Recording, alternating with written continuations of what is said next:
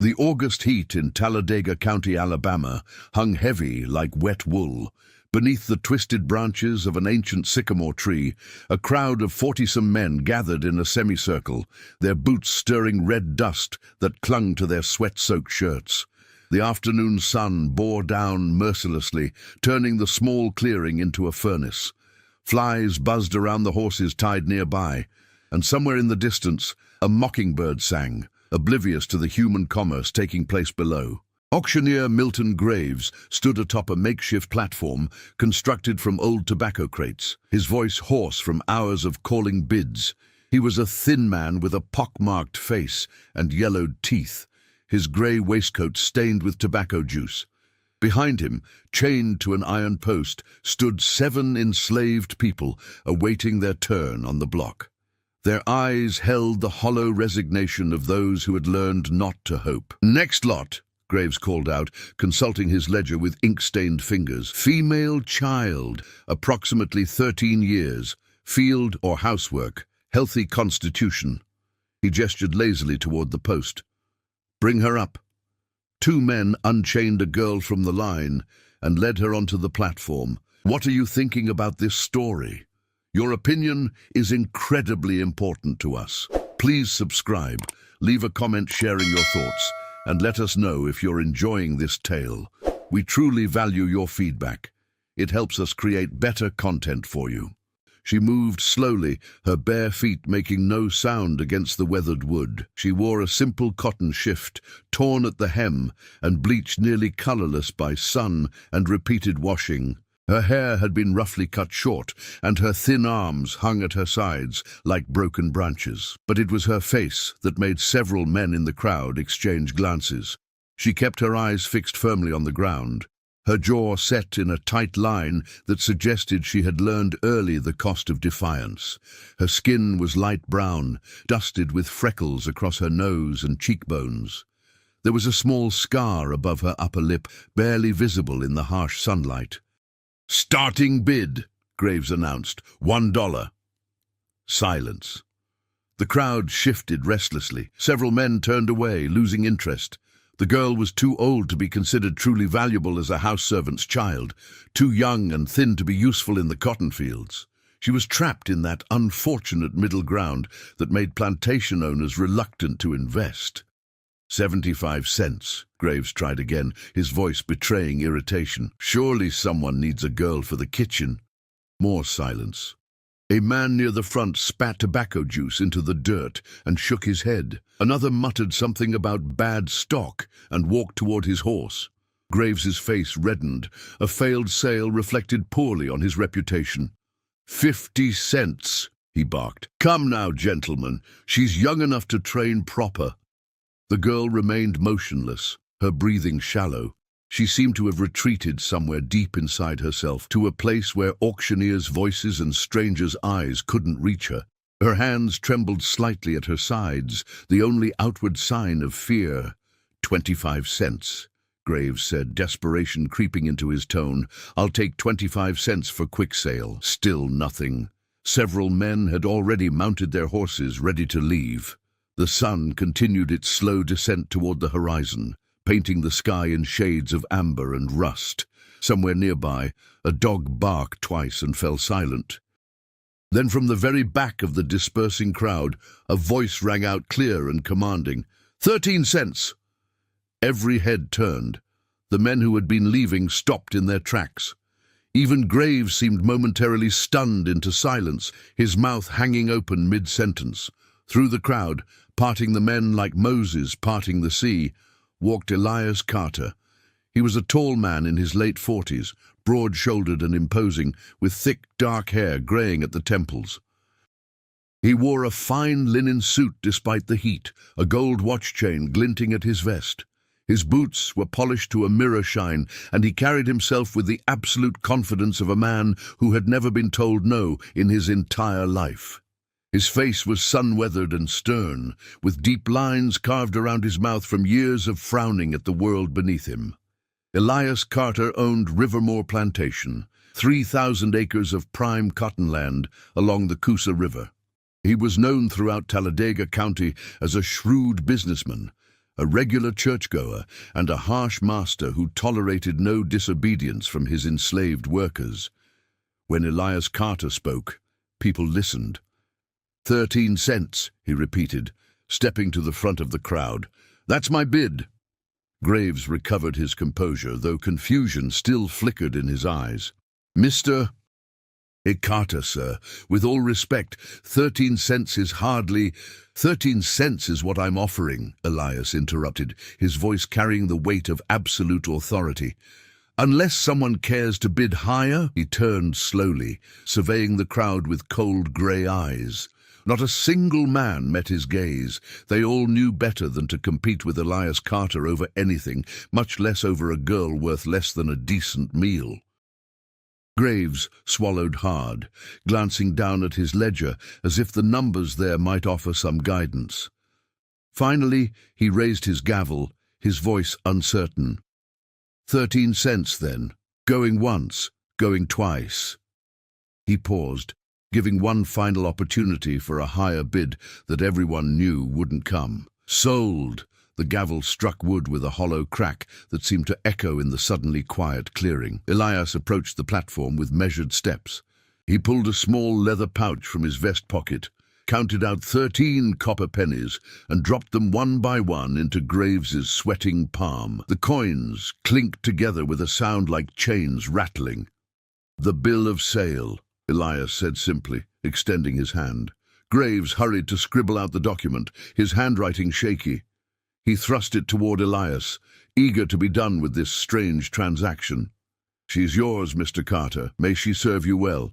Elias took the paper without looking at it and folded it precisely into thirds before tucking it into his breast pocket. Then he turned his attention to the girl for the first time. She hadn't moved, hadn't looked up. Her breathing had become even shallower, her whole body rigid with tension. Come, Elias said quietly. It wasn't a request. The girl finally lifted her head. And in that moment, as her eyes met his, something passed between them, some unspoken recognition that made Elias's breath catch in his throat. Her eyes were grey, the same shade of grey as his own, the same unusual light grey that marked all the Carters. Passed down through 3 generations. The freckles across her nose formed the exact same pattern as his sister's had. The scar above her lip, he had a matching one barely visible now beneath his moustache, from a childhood accident with a broken bottle. For a long moment, Elias stood frozen, staring at this child he had just purchased for 13 cents. The crowd had dispersed, men mounting horses and driving wagons away in clouds of red dust. Graves was already calling forward the next lot, but Elias Carter couldn't move, couldn't look away from those grey eyes that reflected his own face back at him. The girl's lips moved, forming words so quiet they were almost lost beneath the auctioneer's voice, but Elias heard them. They cut through the afternoon heat, and the buzzing flies, and the distant mockingbird's song. "My name is Ruth," she whispered. "My mother was Lydia." The world tilted. Elias felt his knees weaken, felt the blood drain from his face. Lydia. That name was a ghost, a memory he had buried deep and tried to forget. Lydia, the field woman he had taken to his bed during his wife's long illness. Lydia, who had become pregnant and threatened to tell the whole county who the father was. Lydia, whom he had sold south to a brutal sugar plantation in Louisiana 7 years ago, disposing of his problem before it could destroy his reputation. He had never asked if the child was born, had never wanted to know, had assumed that even if it survived, it would be lost somewhere in the vast machinery of slavery, nameless and untraceable. But here she stood, his daughter, sold to him for 13 cents. "Come," he repeated, his voice hollow now. "We're going home." Ruth followed him to his carriage without another word. She climbed into the back where the enslaved servants rode, settling herself on the hard wooden bench with the practiced ease of someone accustomed to discomfort. Elias mounted to the driver's seat, taking the reins with hands that shook slightly. As the carriage rolled away from the auction site, Heading down the dusty road toward Rivermore Plantation, Elias glanced back once at the girl. She sat perfectly still, her hands folded in her lap, her eyes fixed on nothing. The late afternoon sun cast long shadows across her face, and in the fading light, she looked even more like him and like Lydia. The road stretched ahead, winding through cotton fields and pine forests. Spanish moss hung from the oak trees like grey ghosts, swaying gently in the breeze. The carriage wheels creaked rhythmically, and somewhere in the distance, slaves sang as they worked the fields, their voices rising and falling in mournful harmony. Elias Carter had built his fortune on the backs of enslaved people. He had bought and sold human beings like livestock, had separated mothers from children and husbands from wives without a second thought. He attended church every Sunday and considered himself a righteous man, blessed by God with prosperity. But sitting in that carriage, heading home with his daughter riding in back like cargo he'd just purchased, Elias felt something he had never experienced before. He felt the weight of sin. And somewhere deep in his chest, in a place he didn't know still existed, something began to break. Rivermore Plantation sprawled across the bend of the Coosa River like a sleeping beast, its main house rising 3 stories above manicured gardens that seemed obscene in their beauty compared to the slave quarters beyond. White columns stretched toward the sky, and wide verandas wrapped around the entire structure, offering shade from the relentless Alabama sun. Behind the house, neat rows of outbuildings stood in perfect order. The kitchen house, the smokehouse, the carriage house, the overseer's cottage, and farther back, barely visible from the main house, the rough wooden cabins where 200 enslaved people lived in conditions that would make a stable seem luxurious. Elias brought the carriage to a stop in the circular drive, the wheels crunching on the crushed oyster shells that lined the path. He sat for a moment, hands still gripping the reins, staring at his home as if seeing it for the first time. The setting sun painted everything in shades of gold and crimson, making the white columns glow like bones. "Get down," he told Ruth, his voice rough. "Follow me." She climbed down from the carriage with careful movements, her bare feet touching the crushed shells gingerly. Elias led her not toward the main house, but around the side, toward the kitchen building where smoke rose from the chimney and the smell of cooking meat drifted on the evening air. The kitchen was a separate structure, as was common in plantation houses, to prevent fires and keep the heat away from the living quarters. Inside, 3 women worked preparing the evening meal. They looked up as Elias entered, surprise and fear flickering across their faces. It was unusual for the master to come to the kitchen. "Bessie," Elias said, addressing the oldest of the 3 women, a stout figure with grey-streaked hair wrapped in a faded blue headscarf. "This girl will work under you. Give her a place to sleep and find her proper clothing. She starts tomorrow." Bessie's eyes moved from Elias to Ruth, taking in the girl's threadbare shift and bare feet, the hollow look in her eyes. But Bessie had survived 30 years of slavery by keeping her thoughts to herself. She simply nodded. "Yes, sir, Master Carter." Elias turned to leave, then stopped. He looked back at Ruth one more time, his eyes searching her face as if trying to solve some impossible equation. "What did you say your name was?" "Ruth, sir," she answered quietly, her eyes on the floor. "Ruth," he repeated, tasting the name like unfamiliar food. Then more sharply, did Lydia speak of Rivermore?" Ruth's jaw tightened almost imperceptibly. "She spoke of many things, sir, before she died." The words landed like a physical blow. Elias's face went pale, and for a moment he seemed unable to breathe. "She's dead. 2 years passed, sir, in Louisiana. They worked her in the sugar fields until her back gave out. She died of fever in the sick house." Ruth's voice remained flat, emotionless, but her grey eyes, those damnable grey eyes, held something fierce and unforgiving. "She called your name at the end, asked God to forgive you." Elias opened his mouth, closed it again. The kitchen had gone deathly silent. The other women had stopped their work, though they kept their heads down, pretending not to listen to this exchange that could get them sold or whipped for simply being present. "That's—" Elias started, then stopped. "You will speak of this to no one. Do you understand? No one." "Yes, sir," Ruth said. "I understand what things should not be spoken." The barb was subtle but unmistakable. Elias felt it land, felt the shame rise hot in his throat. He turned abruptly and strode from the kitchen, his boots striking hard against the wooden steps. Behind him, he heard Bessie's gentle voice. "Come here, child. Let's get you fed." Elias walked quickly toward the main house, his heart pounding. The evening air had cooled slightly, carrying the scent of magnolia blossoms and river water. Fireflies were beginning to emerge, their lights flickering in the gathering dusk. Everything looked exactly as it always had, orderly, prosperous, beautiful. But Elias felt as if he was seeing it all through different eyes. Through Ruth's eyes, perhaps, through Lydia's eyes, as she had been dragged away 7 years ago, screaming and pleading, her pregnant belly just beginning to show.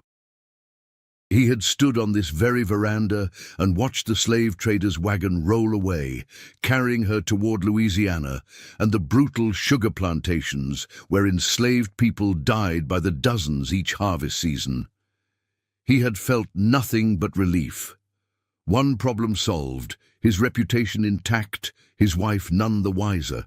Now Lydia was dead, and her daughter, his daughter, was here, bought for 13 cents at an auction where she had been deemed nearly worthless. Inside the house, Elias's wife Eleanor sat in the parlor doing needlework, her delicate hands moving the needle with practiced precision. She was a thin woman with pale skin and light brown hair going grey, her face lined with the chronic illness that had plagued her for years.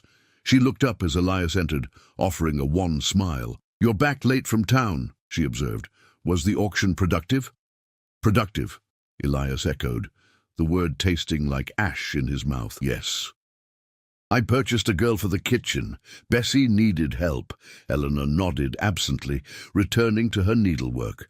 "That's fine, dear. Whatever you think best." She trusted him completely, had always trusted him. During her years of illness, when she'd been confined to her bed for months at a time, unable to fulfill her wifely duties, she had never questioned where he went in the evenings, whom he spent time with. She had simply trusted that her good Christian husband would remain faithful. That trust felt like daggers now. Elias climbed the stairs to his study on the second floor, a large room lined with bookshelves and dominated by a massive oak desk. This was his sanctuary, the place where he conducted business and managed the complex operations of Rivermore. Account ledgers lined one shelf, chronicling decades of profit extracted from cotton and human bondage. He poured himself 3 fingers of whiskey from a crystal decanter and drank it in one swallow, welcoming the burn. Then he poured another and sat heavily in his leather chair, staring at nothing. The evening deepened into night. Below, in the kitchen building, Ruth ate her first meal at Rivermore. Cornbread and salt pork, more food than she had seen in days. While Bessie and the other women watched her with curious, pitying eyes, they asked no questions. They had learned long ago that some stories were too dangerous to know. Ruth slept that night in a small room off the kitchen, on a pallet of straw covered with a thin blanket. It was the first time in months she had slept under a roof. Through the single small window, she could see the main house rising against the starlit sky, its windows glowing with lamplight. In one of those windows, Elias Carter sat awake at his desk, a second bottle of whiskey open before him. He had pulled out his ledgers, finding the entry from 7 years ago. Sold, Lydia, age 24, field hand, to J. Morrison, agent for Louisiana plantations. Price, $750. $750.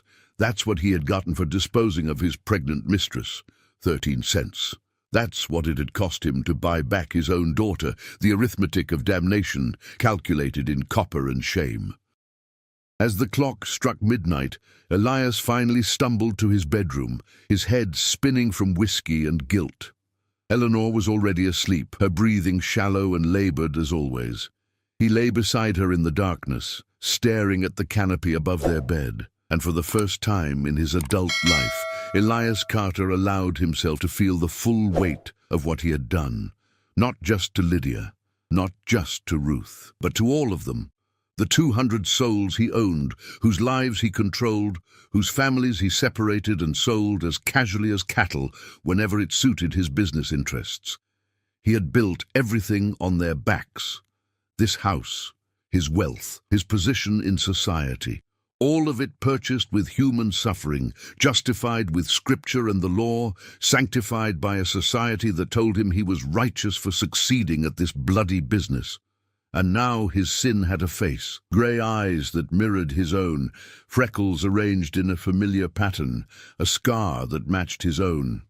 In the darkness, Elias Carter wept. He wept silently, his shoulders shaking, his hands pressed over his mouth to muffle the sounds. Eleanor slept on, oblivious. And in the kitchen house, Ruth lay awake on her pallet, staring at the ceiling, her small hands clenched into fists. She had not told Master Carter everything, had not told him how her mother had made her memorize his name, his plantation, every detail Lydia could remember, had not told him how her mother had made her promise, on her deathbed, to find her way back to Alabama somehow, to make him see what he had done. Ruth had kept that promise. Through 2 brutal years after her mother's death, through being sold 3 more times to increasingly cruel masters, through hunger and beatings and violations she was too young to fully understand, she had kept moving north, kept asking questions, kept searching. And when she had heard that Rivermore's master was attending an auction in Talladega County, she had done something desperate. She had stolen bread from her previous master's kitchen and been caught deliberately, knowing it would get her sold quickly and cheaply. She had made herself worthless, 13 cents worthless, and he had bought her. Now she was here, in her father's house, sleeping under his roof. He didn't know yet that she had planned this, didn't know that her mother's dying wish had been not forgiveness, but justice.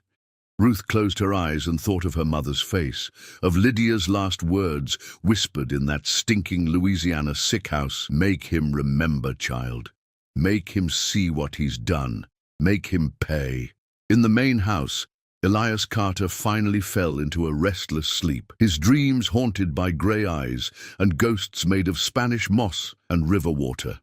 The game had begun, though only one player knew they were playing, and the stakes were higher than 13 cents could ever measure. The routine of Rivermore Plantation began each day before dawn, when the plantation bell rang out across the fields, calling the enslaved workers to their labor. Ruth woke to that sound on her first morning, the deep iron clang echoing in her chest like a second heartbeat. Around her, Bessie and the other kitchen women were already stirring, moving in the pre-dawn darkness with the efficiency of long practice. Up, child, Bessie said, not unkindly. We start the fires at 4:30. Master Carter expects his breakfast precisely at 7. Ruth rose from her pallet, her muscles aching from months of poor sleep and hard travel. Bessie handed her a rough cotton dress, worn but clean, and a pair of shoes. Actual shoes, though they were too large and had holes in the soles. After weeks of walking barefoot, they felt like a luxury. The kitchen was a world unto itself, separate from the main house, but intimately connected to it. Everything that fed the Carter family passed through this building, prepared by hands that were never supposed to touch the plates from which white lips would eat. Ruth learned quickly that morning how to bank the fires just right, where the water bucket stood, which knives were sharpest, how to move quietly and efficiently so as not to draw attention. But she also learned the geography of power. From the kitchen windows, she could see the entire plantation laid out like a kingdom. The main house stood at the center, white and imposing. Beyond it, the cotton fields stretched to the horizon, already dotted with bent figures moving between the rows. To the east, the overseer's cottage where Samuel Pierce lived, a cruel man with a quick whip and quicker temper. And farther still, the slave quarters, 2 rows of rough cabins barely visible in the morning mist. At precisely 7 o'clock, Ruth carried her first meal up to the main house. Bessie had instructed her carefully. Enter through the back door. Place the tray on the sideboard in the dining room. Do not speak unless spoken to. Keep your eyes down. Leave quickly. Ruth climbed the steps to the back entrance, her heart pounding. The door opened into a hallway lined with portraits of Carter ancestors, stern-faced men and tight-lipped women staring down from ornate frames. The house smelled of beeswax and lavender, so different from the smoke and sweat of the kitchen. She entered the dining room to find Elias already seated at the head of a long mahogany table, reading a newspaper. Eleanor sat at the opposite end, picking delicately at a piece of toast. Neither looked up as Ruth set down the tray. Eggs, bacon, grits, biscuits, preserves. But as Ruth turned to leave, Elias's voice stopped her. "Wait." Ruth froze. Slowly she turned back, keeping her eyes lowered as instructed. Elias was staring at her, his newspaper forgotten on the table. In the morning light streaming through the tall windows, the resemblance between them was even more striking. Eleanor, focused on her breakfast, didn't notice. "What's your name again?" Elias asked, though Ruth knew he remembered perfectly well. "Ruth, sir." "Ruth," he repeated. "How old are you?" 13, sir, or thereabouts. My mother wasn't certain of the exact date. Eleanor glanced up briefly at this exchange, mild curiosity on her face. "She's very light-skinned," she observed. "Good for housework, though she needs feeding up. She's too thin." "Yes," Elias said quietly, his eyes never leaving Ruth's face. "Too thin." An uncomfortable silence stretched out.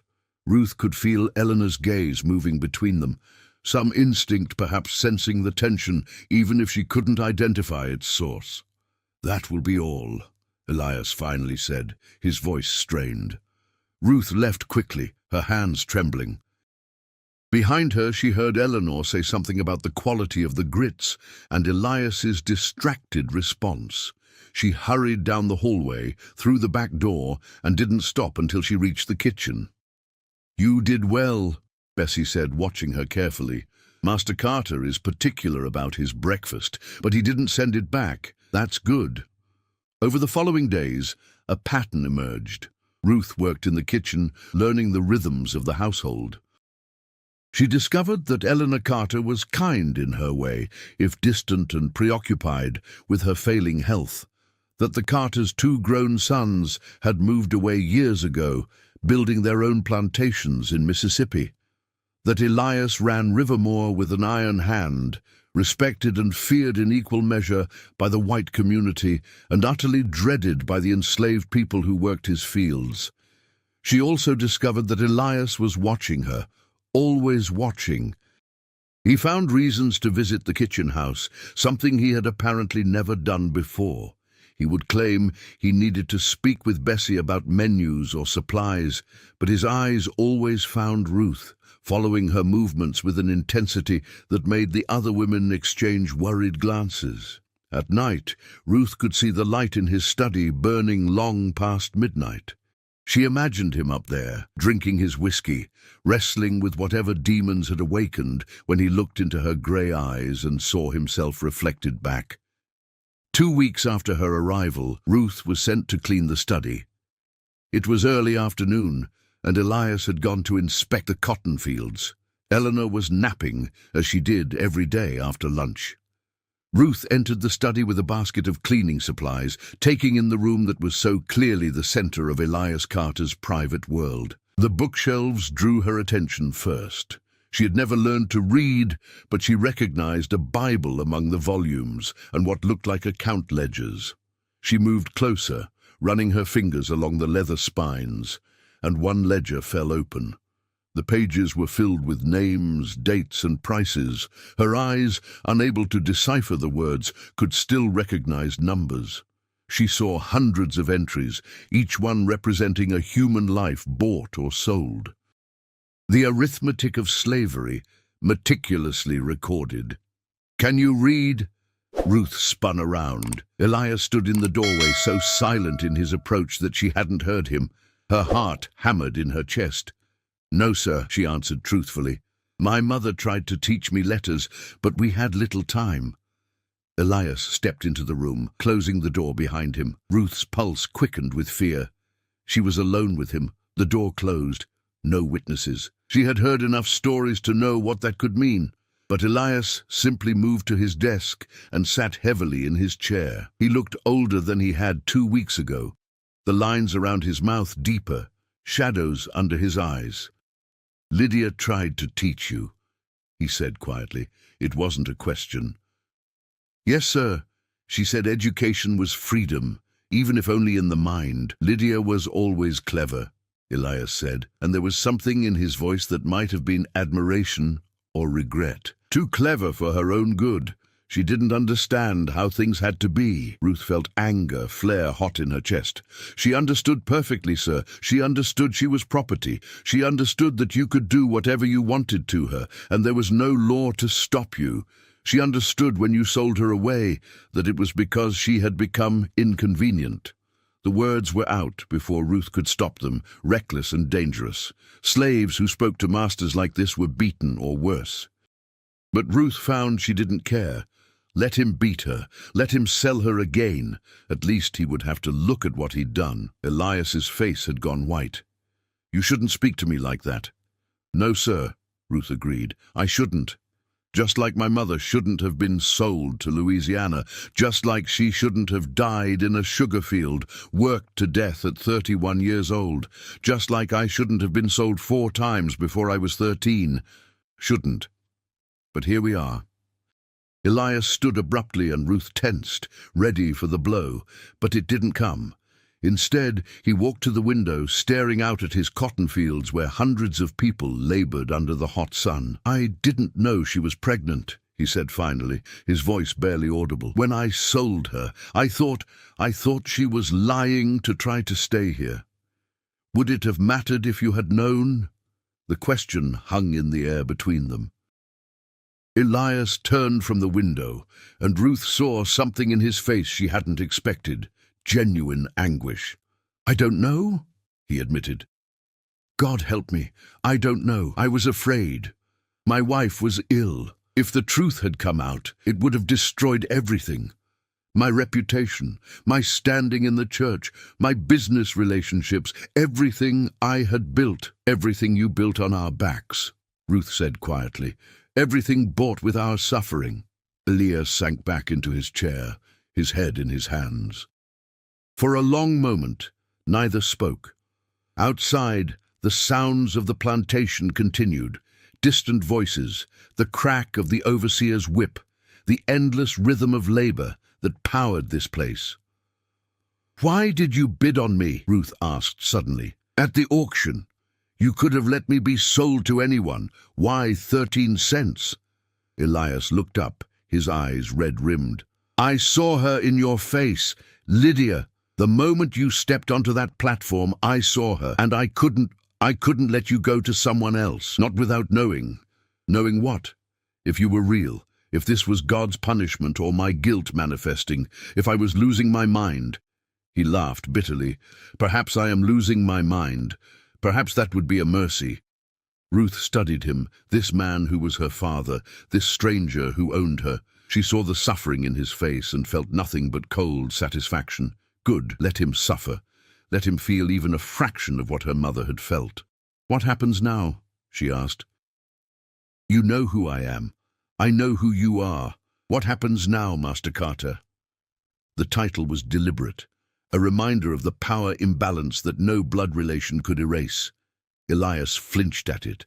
"I don't know," he said again. I need time to think, to pray, to understand what God wants me to do." "God," Ruth repeated flatly. "You think God cares what you do? You who make your living buying and selling human souls? You who read scripture on Sunday and then watch your overseer whip people on Monday? Enough." Elias said sharply, some of his authority returning. "You forget your place." "No, sir," Ruth said, her voice steady. "I know exactly what my place is. I'm the ghost you can't bury. I'm the sin you can't wash away. I'm the 13-cent reminder that you're not the righteous man you pretend to be." She turned and left the study before he could respond, her hands shaking with anger and fear and something else she couldn't name. Behind her she heard Elias call her name once, but she didn't stop. That night, as Ruth lay on her pallet in the kitchen house, she heard screaming from the fields. Samuel Pierce, the overseer, was punishing someone for working too slowly. The screams went on for a long time, and nobody in the kitchen house said a word, because this was the sound of Rivermore, the constant backdrop to their lives. Ruth lay awake, listening, her grey eyes open in the darkness. In the main house, in his study, Elias Carter sat at his desk with his Bible open before him and a bottle of whiskey beside it, trying to find some verse that would tell him what to do, some passage that would explain how a man could destroy so many lives and still call himself Christian. He found nothing but silence and the distant echo of screams. The change in Elias Carter was subtle at first, but undeniable. The household staff noticed it immediately, though they spoke of it only in whispers, in the fleeting moments when they were sure no white ears could hear. The master had grown strange, distracted. He rose in the middle of the night and wandered the grounds. He stopped attending church services. He drank more and slept less, and the lines on his face deepened until he looked a decade older than his 48 years. Eleanor worried about her husband's health, but attributed it to business concerns. Cotton prices had been volatile that season, and she assumed the weight of financial management was taking its toll.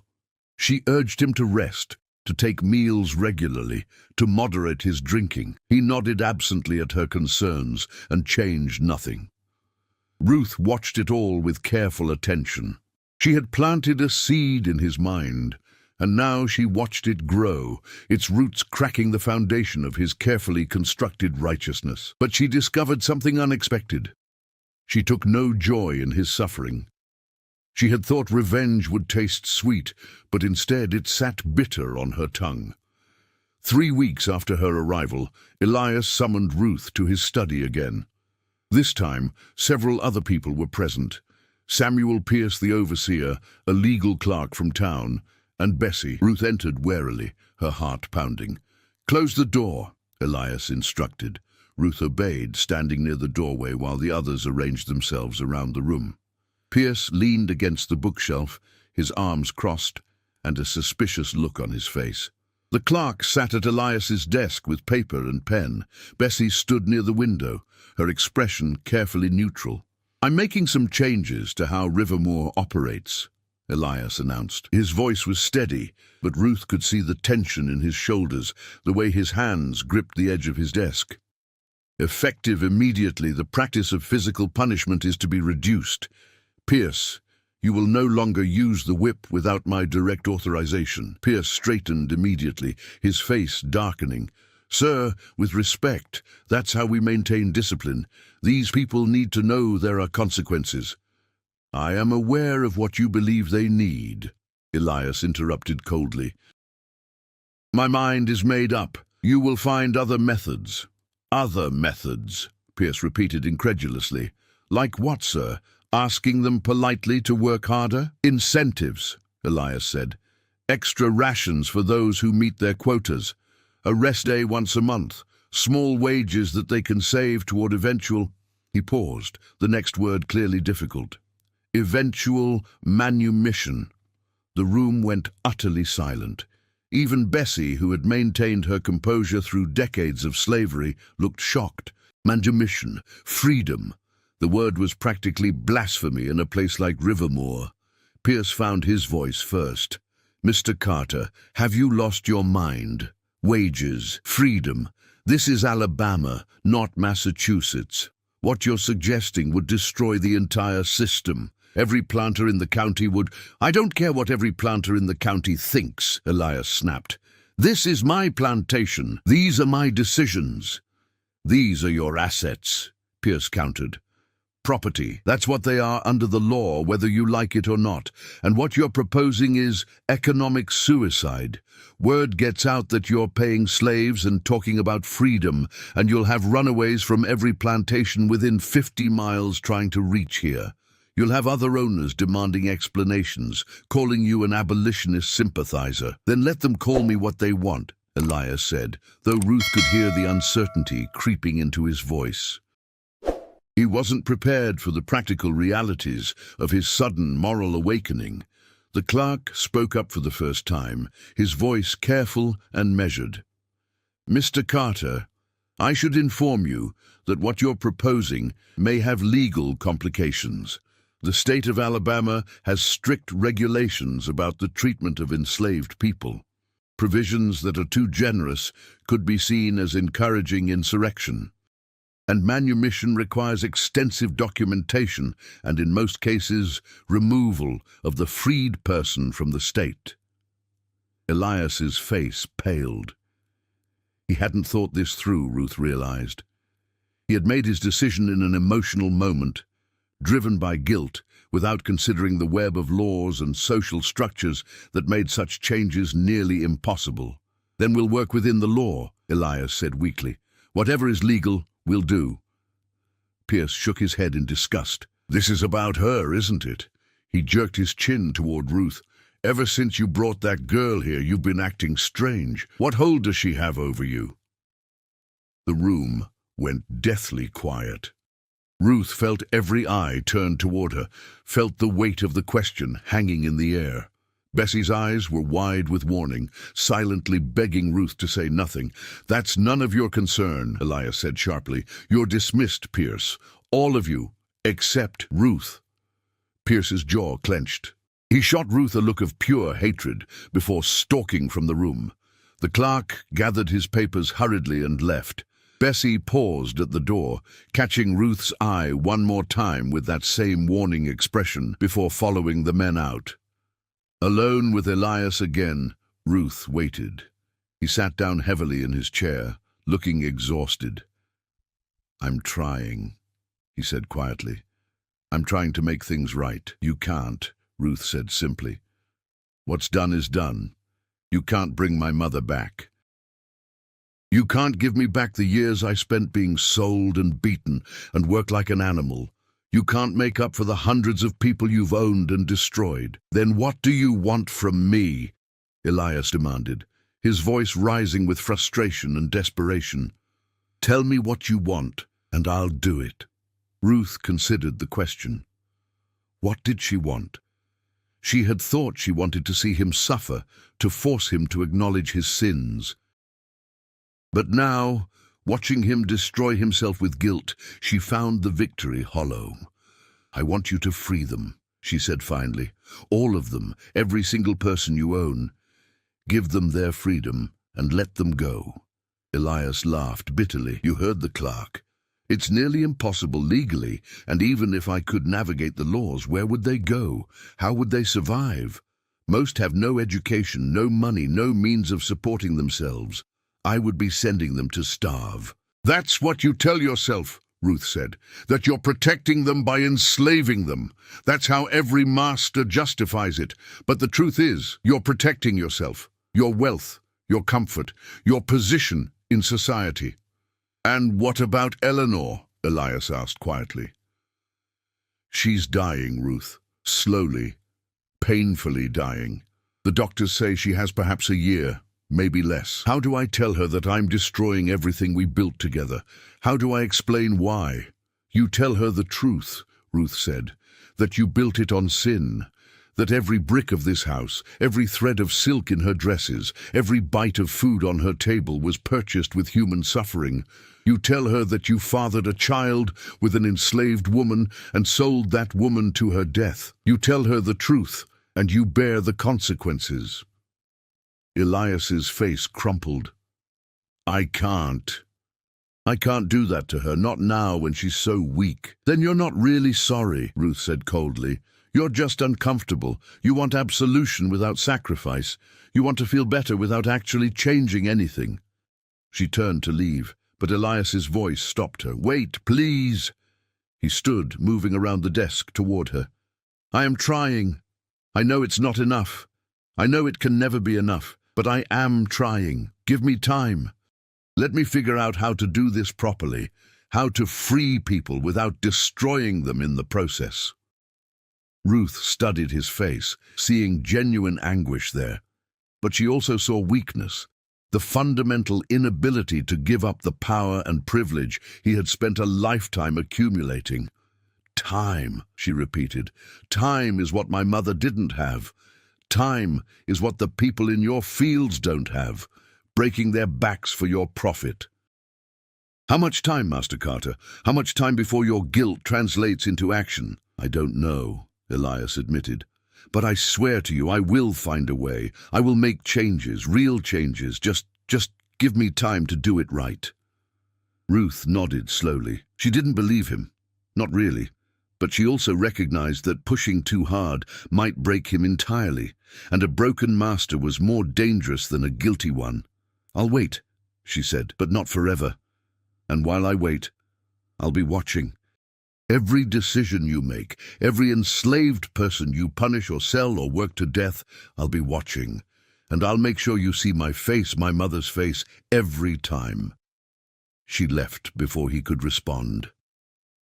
Outside the study, she found Bessie waiting in the hallway, her face tight with worry. "Child, what are you doing?" Bessie whispered urgently. "You're playing a dangerous game with that man. He may be feeling guilty now, but guilt can turn to anger quick as lightning.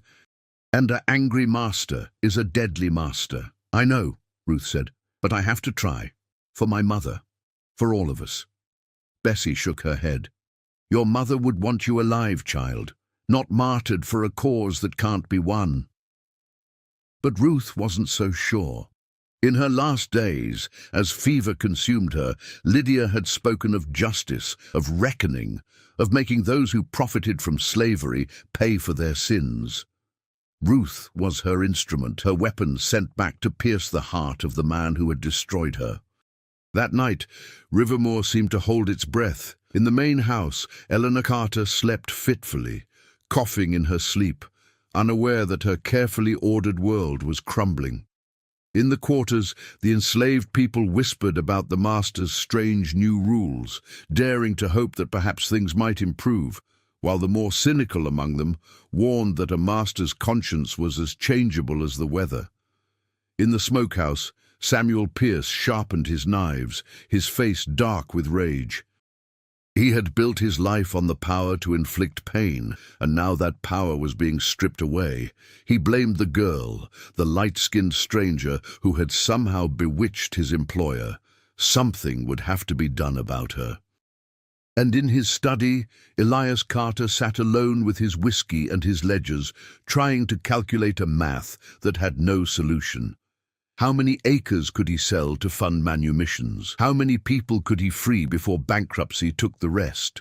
How did a man dismantle the system that made him wealthy without destroying everyone who depended on that wealth, himself included?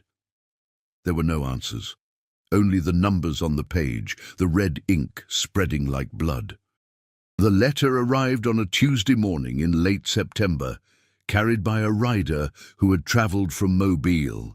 Elias accepted it with hands that trembled slightly, recognizing the seal of Judge Harold Whitmore, one of the most powerful men in Alabama's legal system and an old friend of his father. Eleanor was napping upstairs, and Ruth was in the kitchen preparing lunch, so Elias took the letter to his study and opened it in private. The contents were worse than he had feared. Word of his proposed changes at Rivermore had spread through the county with remarkable speed, carried by Samuel Pierce, who had apparently visited several neighboring plantations to express his concerns about his employer's mental state. Now, Judge Whitmore was writing to warn Elias that he was attracting dangerous attention. "Your recent actions suggest either a crisis of faith or an abandonment of reason," the judge wrote in his precise script. "You must understand that the social order of our region depends upon consistency in the treatment of enslaved populations.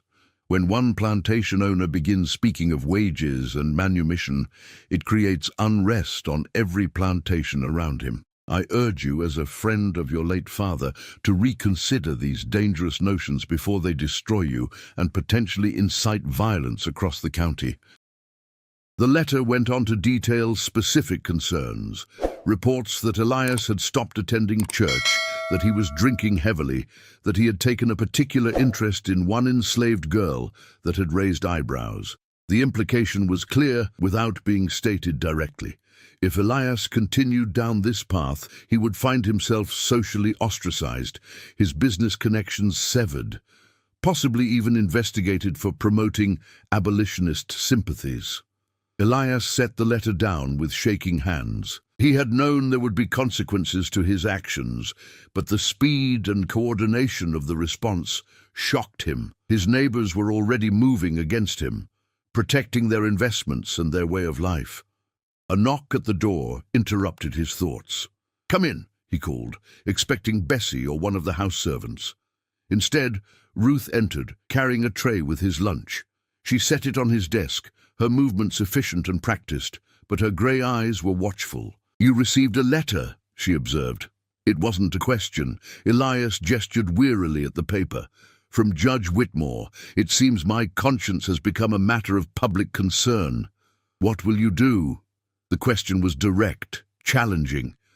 Elias met her gaze and saw his own face reflected back at him, waiting to see if his resolve would crumble under pressure. "I don't know," he admitted. "They're threatening everything. My business, my reputation, my place in society. If I continue, I'll be ruined." "And if you stop," Ruth asked quietly, "if you go back to the way things were, what then?" "Then nothing changes," Elias said. "I continue profiting from slavery. The people in the fields continue suffering, and you—" He stopped, unable to finish the thought. "And I continue being your property," Ruth finished for him. "Your 13-cent reminder of sin. Is that what you want?" Before Elias could answer, the door burst open. Samuel Pierce stood in the doorway, his face flushed with anger and alcohol. He swayed slightly, and Elias realized the overseer was drunk, though it was barely noon. "There you are," Pierce slurred, pointing at Ruth, "the little witch who's destroyed this place." "Pierce, get out," Elias ordered, standing. "You're drunk." "Damn right I'm drunk," Pierce snarled, "because I can see what's happening here even if you can't. This girl has bewitched you somehow. Made you forget everything your father taught you about running a plantation, made you soft." "I said get out," Elias repeated, his voice harder now, but Pierce ignored him, advancing toward Ruth. Light-skinned girl shows up out of nowhere, and suddenly the master's conscience starts troubling him. "Why is that? What's so special about this one that she can turn your head?" Ruth stood perfectly still, her face expressionless, but Elias could see the tension in her shoulders, the way her hands clenched at her sides. "Because she's my daughter," Elias said. The words were out before he could stop them, ringing in the sudden silence like a gunshot. Pierce stopped mid-step, his mouth hanging open. Ruth's eyes went wide with shock, not at the truth which she had known, but at hearing him say it aloud. "You're—" "What?" Pierce whispered. Elias felt something break inside him, some dam that had been holding back the truth for weeks. "My daughter. Her mother was Lydia, a field hand I sold to Louisiana 7 years ago. I didn't know Lydia was pregnant when I sold her. I didn't know until Ruth appeared at that auction, and I saw my own face looking back at me." Pierce's expression cycled through shock, disgust, and finally a kind of triumph. "So that's it.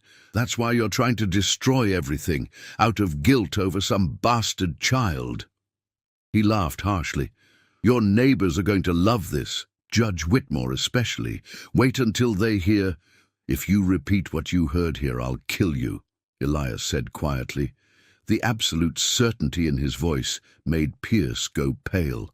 "You can't threaten me," Pierce blustered, but his confidence was shaken.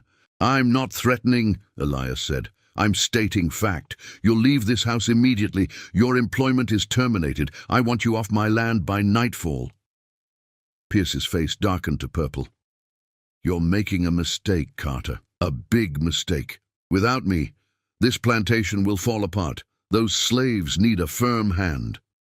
Then I'll find someone with a gentler one, Elias replied. Get out, now. Pierce glared at them both for a long moment, his mind clearly calculating angles, weighing his options. Finally, he turned and stormed from the room, slamming the door behind him so hard the windows rattled. Alone again with Ruth, Elias sat down heavily. He felt exhausted, drained by the admission he had made, but also strangely relieved, as if some poisonous thing had been lanced. Why did you tell him? Ruth asked softly. Because it was true, Elias said. Because I'm tired of hiding it. Because, he looked up at her, his grey eyes meeting hers, because you deserve to be acknowledged, not as property, as my child. Ruth's expression was unreadable. Acknowledging me changes nothing. I'm still enslaved, still owned. You just gave Pierce ammunition to destroy us both. I know, Elias said, but perhaps destruction is what we deserve. Perhaps that's the only way anything can really change. He pulled out a sheet of paper and began writing. Ruth watched silently as his pen moved across the page, forming words she couldn't read, but whose significance she could guess. What is that? She asked when he finished. Your manumission papers, Elias said. It will take time to process them legally, weeks or maybe months, but this begins the process. You'll be free, Ruth. That's the one thing I can do that can't be undone. Ruth stared at the document, her breath catching. Freedom. The word was almost meaningless after a lifetime of slavery, a concept too large to comprehend. What about the others? One step at a time, Elias said. I'll free as many as I can, as quickly as I can. But you first. You're my daughter. You deserve that much at least. Ruth nodded slowly, but her expression remained troubled. Freedom papers won't protect me from Pierce, or from the people who'll come when he spreads the truth about us. You've made us both targets. I know, Elias admitted. But for once in my life, I'm choosing to do the right thing, consequences be damned. They sat in silence for a moment, both understanding that something irrevocable had just occurred. The secret was out. The careful balance of power and pretense was shattered. Everything would change now, for better or worse. Downstairs, they could hear sounds of commotion, raised voices, the slam of doors. Pierce was making good on his promise to leave, but not quietly. He was telling everyone who would listen about the master's confession, planting seeds of scandal that would grow into the county's most shocking gossip within hours. By evening, the damage was done.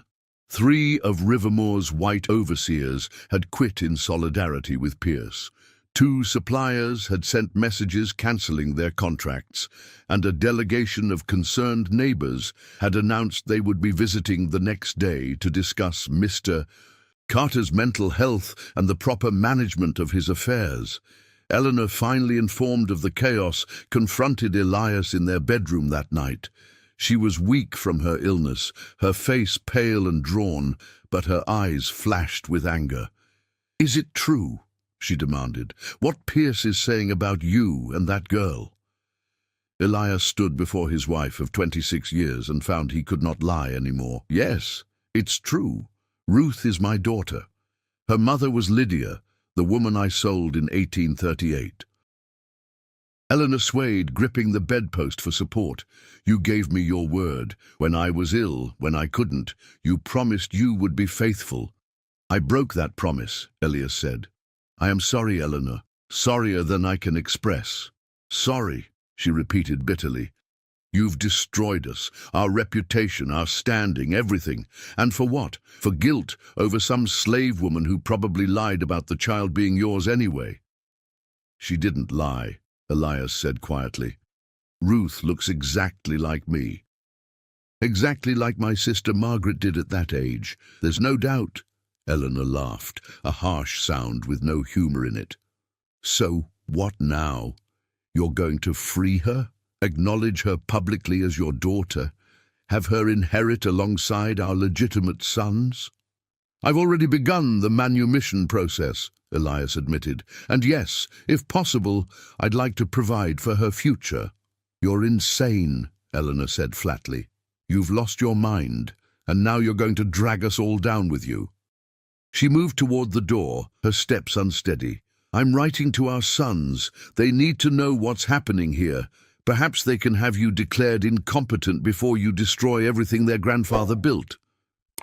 She left, and Elias didn't try to stop her. He sat alone in the bedroom he had shared with his wife for more than 2 decades, listening to her cough in the room where she had retreated. He wondered if she would ever speak to him again, wondered if it mattered. In the kitchen house, Ruth lay awake, hearing the sounds of Rivermoor at night. People were frightened, she could sense it. Change was coming, violent and unstoppable, and no one knew if they would survive it. She thought of her mother, dead in Louisiana, and wondered if Lydia would be proud of what Ruth had accomplished, forcing the truth into the light, or horrified at the destruction it might cause. Freedom papers were being prepared, but freedom itself was still a distant dream. And between Ruth and that dream lay a gauntlet of angry men, broken social contracts, and a society determined to defend slavery at any cost. The clock struck midnight. Somewhere in the darkness, Samuel Pierce sat in a cheap boarding house in town, composing letters to every influential person he knew, detailing his former employer's confession and promising more damaging revelations to come. He smiled as he wrote, imagining the scandal that would engulf Rivermoor. Elias Carter had humiliated him, destroyed his livelihood. Now Pierce would return the favor 100-fold. The storm was gathering, and when it broke, it would wash away everything in its path. The delegation arrived at noon the next day. 5 men on horseback, all of them prominent plantation owners from neighboring properties. Judge Whitmore led them, his face stern and disapproving. They tied their horses to the hitching post and approached the main house in grim silence, like pallbearers at a funeral. Elias received them in the parlor, standing rather than sitting, refusing to show weakness. Eleanor remained upstairs, too ill or too angry to appear. Through the window, Elias could see the enslaved people in the yard had stopped their work to watch, sensing that something important was happening. "Gentlemen," Elias greeted them coolly, "to what do I owe this visit?"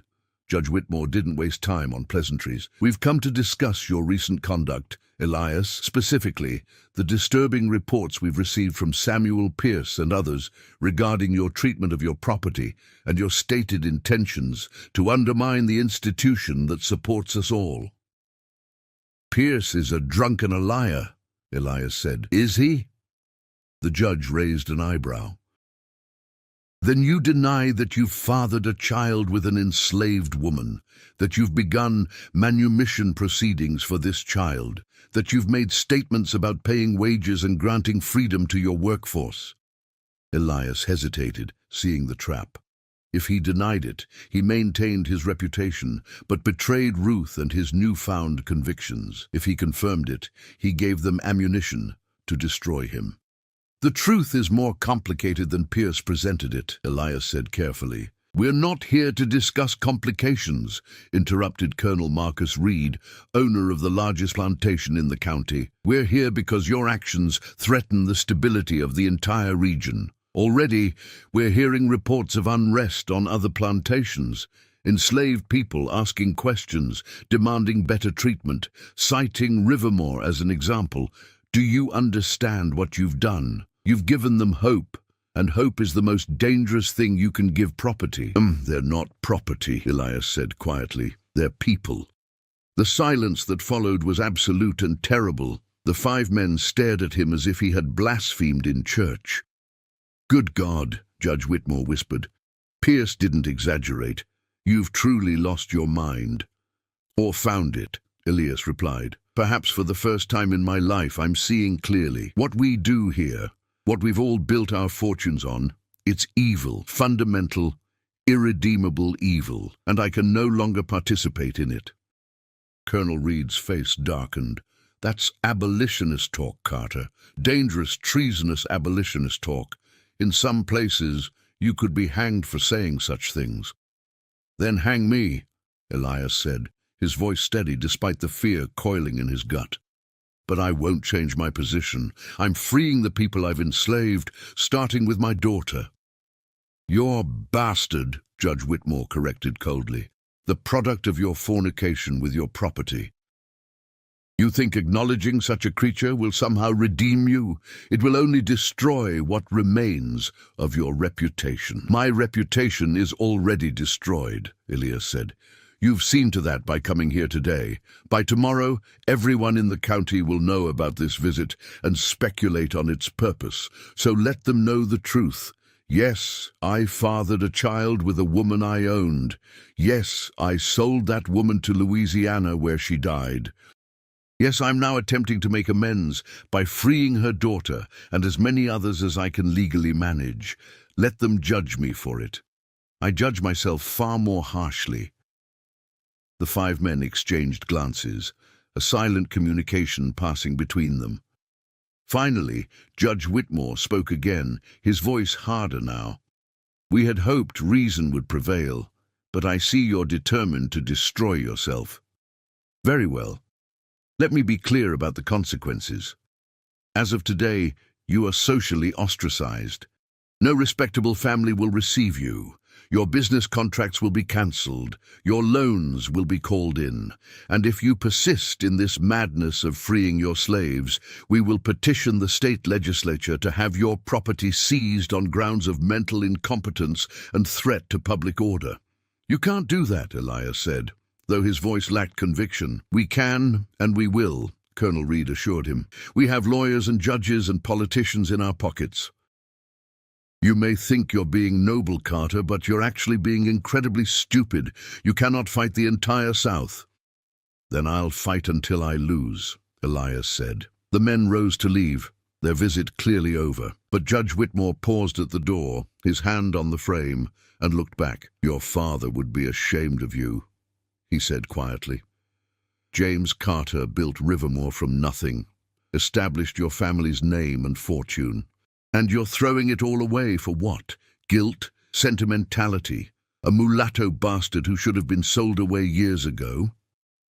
"My father," Elias said softly, "built everything on suffering and called it success. If he would be ashamed of me now, then perhaps I'm finally doing something right." The judge shook his head in disgust and left. The other men followed, mounting their horses and riding away in a cloud of dust.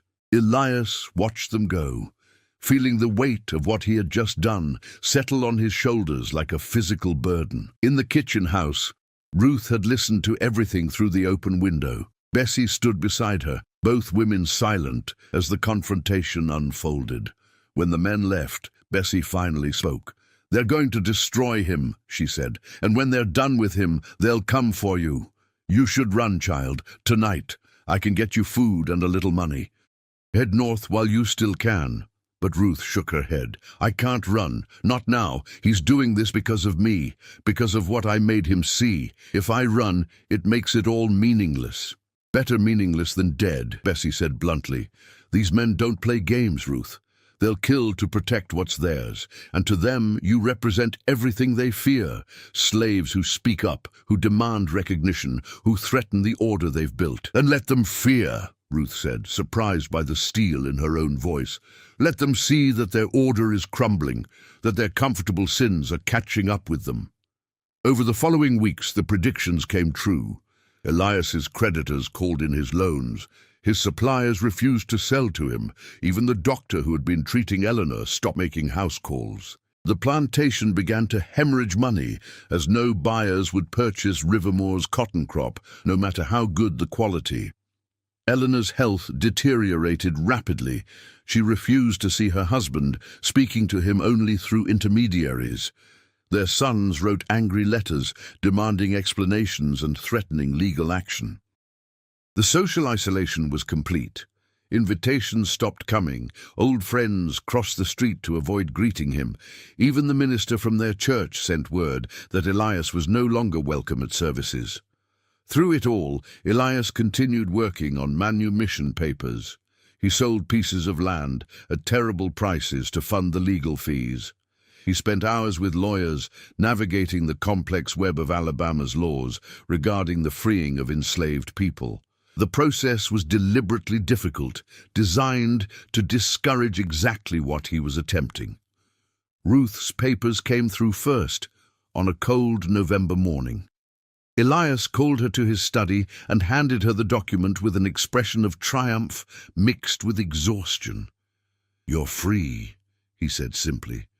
"Legally, officially free. No one can own you anymore." Ruth took the paper with trembling hands, staring at the official seal and signatures. Freedom. The concept still felt unreal, like trying to hold water. "What do I do now?"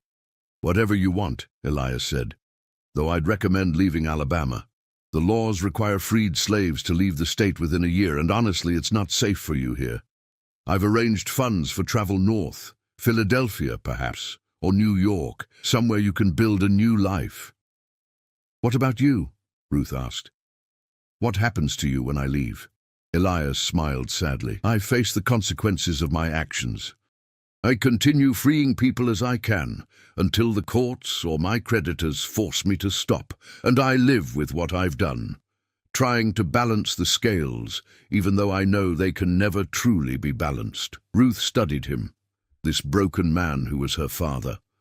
He had aged years in the past months. His hair had gone almost entirely grey, his face was gaunt from poor sleep and irregular meals, his hands shook from drinking too much. He was destroying himself in atonement, piece by piece. "Come with me," she said impulsively. "Come north, start over, leave all this behind." But Elias shook his head. "I can't abandon Eleanor, not while she's dying. And someone needs to see this through, to free as many people as possible before Rivermore falls. That's my penance, to tear down everything I built, brick by brick." They were interrupted by a commotion outside. Shouts, the sound of breaking glass, the thunder of many horses. Elias rushed to the window and felt his blood run cold. A mob had arrived, at least 30 men, some on horseback, others on foot, many carrying torches despite the midday sun. They spread across the front lawn like a plague, their faces twisted with anger and righteous fury. "Go!" Elias ordered Ruth urgently. "Out the back! Find Bessie and run! Take your papers and go now!" But it was too late. The front door burst open, splintering off its hinges. Men poured into the house, tracking mud and violence across Eleanor's carefully maintained floors. They grabbed Elias roughly, dragging him toward the door even as he struggled. "You thought you could defy us?" Colonel Reed snarled, his face inches from Elias's. "You thought you could undermine everything we've built and we'd just let you?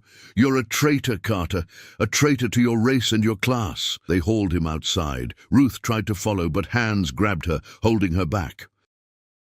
Through the window, she saw them drag Elias toward the old sycamore tree where she had first been sold. Someone had thrown a rope over the strongest branch. The symbolism was deliberate and cruel. "No!" Ruth screamed, fighting against the hands that held her. "Stop, please!" But the mob was beyond reason. They were defending their world, their property rights, their God-given superiority. Elias Carter had challenged all of that, and he would pay the price. They forced a noose over Elias's head. He didn't beg or plead. He looked toward the house one last time, his grey eyes finding Ruth's through the window, and in that moment she saw not a master, not a sinner, not even really her father. She saw a man who had finally, too late, understood the weight of his sins. "For Lydia," Elias called out, his voice strong despite the rope around his neck. "For Ruth, for all of them. May God forgive us for what we've done." The rope tightened. Ruth turned away, unable to watch, but she heard the sounds, the creak of rope, the snap of the branch taking weight, the roar of the mob's approval. When she finally looked again, Elias Carter hung from the sycamore tree, his body swaying gently in the November wind. The mob dispersed quickly, their message delivered. By nightfall, word would spread across the county. This is what happens to those who betray their own kind. Ruth stood at the window, her freedom papers clutched in her hand, tears streaming down her face. She had wanted justice. had wanted him to pay for what he did to her mother, but not like this. Never like this. Bessie appeared at her side, wrapping an arm around Ruth's shaking shoulders. "We have to go, child, right now, before they come back for you." Ruth nodded numbly. She took one last look at the house, at the plantation that had been built on the broken backs of her people, at the tree where her father now hung, paying the ultimate price for his brief moment of conscience. Then she turned away and followed Bessie out the back door, clutching her freedom papers like a lifeline. Eleanor Carter died 3 days later, never having seen her husband's body or learned the full details of his death. Their sons arrived to find Rivermore in chaos, their father dead, their inheritance tangled in legal battles, and a scandal that would haunt their family name for generations. The enslaved people of Rivermore were sold at auction to pay Elias's debts, dispersed to plantations across the South. The manumission papers he had been working on were destroyed by his sons, deemed evidence of mental incompetence. Only Ruth's papers survived, already filed and sealed with the court. She made it to Philadelphia by winter, traveling on foot and by wagon, always moving north, always carrying those papers that proclaimed her legally free. She found work in a boarding house, saved her money, and eventually opened a small school for freed blacks and escaped slaves. She never married, never spoke of her father or Rivermore to anyone, but every year on the anniversary of that November day, she would take out the old papers and read them, remembering a man who had discovered his conscience too late to save himself, but perhaps just in time to save his soul. Years later, after the Civil War had torn the South apart and rebuilt it, Ruth returned to Alabama. Rivermore had been abandoned, the main house burned, the fields gone to seed. But the sycamore tree still stood, ancient and gnarled, its branches spreading wide like judgment. Ruth stood beneath it, an old woman now, and said a prayer.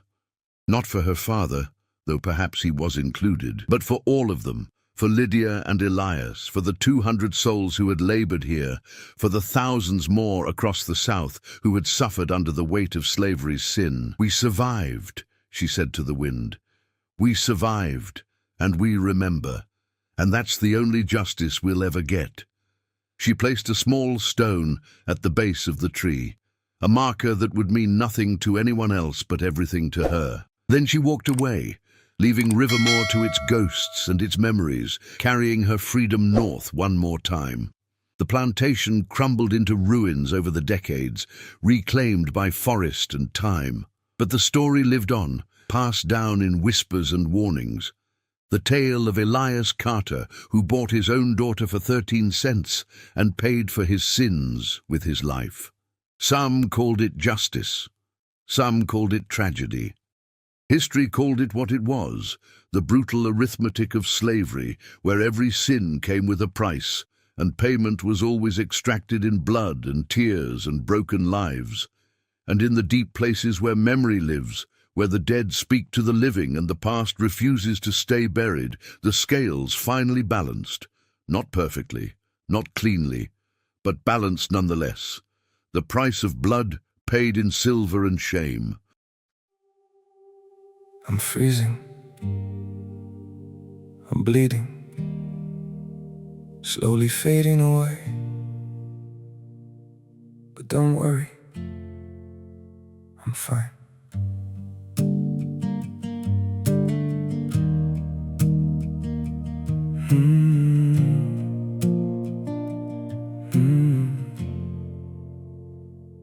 The cold has settled in my heartbeat, like winter living in my veins.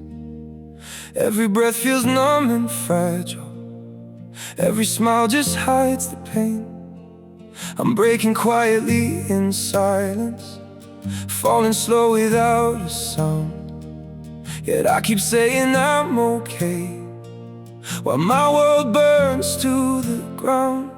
I'm frozen here, I'm bleeding slowly, dying piece by piece inside. But I still whisper, it's alright, just to keep you from goodbye. I'm shattered, love, but don't you worry, I'll pretend till my last breath. Even while my soul is fading, I'll say everything's okay. Maybe pain just learned to live here. Maybe sorrow feels like home. So I wear my wounds like armor and survive them all alone.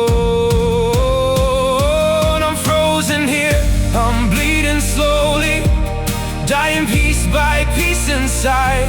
But I still whisper, it's alright, just to keep you from goodbye. I'm shattered, love, but don't you worry, I'll pretend till my last breath. Even while my soul is fading, I'll say everything's okay. If you ever see me smiling, no, it's just my last defense. 'Cause sometimes love means hiding how much you're suffering. No, I'm frozen here, I'm bleeding slowly, dying piece by piece inside. But I still whisper, it's alright, just to keep you from goodbye. I'm shattered, love, but don't you worry, I'll pretend till my last breath. Even while my soul is fading, I'll say everything's okay. It's okay.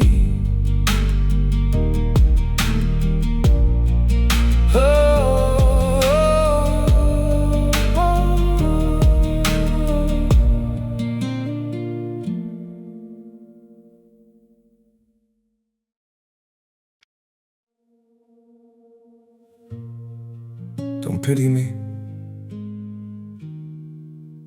My heart doesn't need your mercy. I can still stand on my own.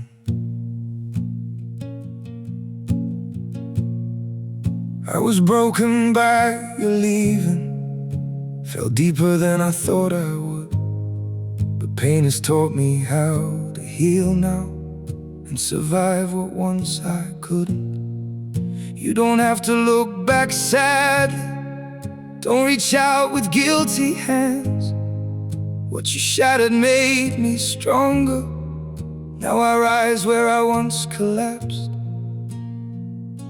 My heart doesn't need your pity, not another empty sign.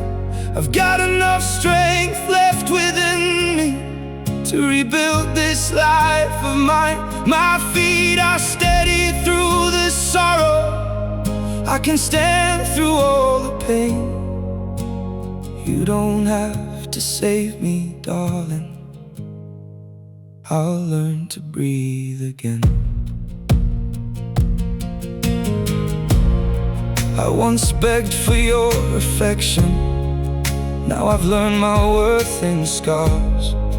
And the man you left in pieces found his own way through the dark. My heart doesn't need your pity, not another empty sign. I've got enough strength left within me to rebuild this life of mine. My feet are steady through the sorrow, I can stand through all the pain. You don't have to save me, darling, I'll learn to breathe again.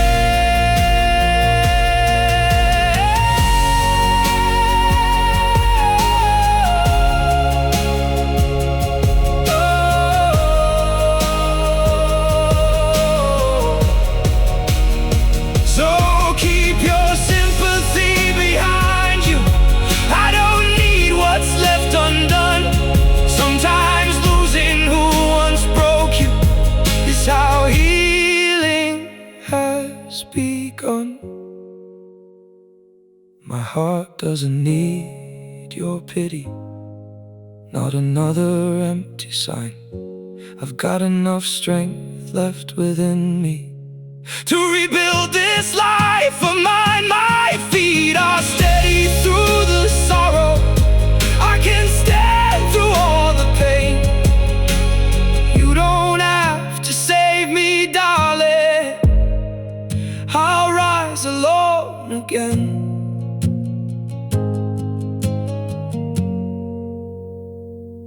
I'll rise alone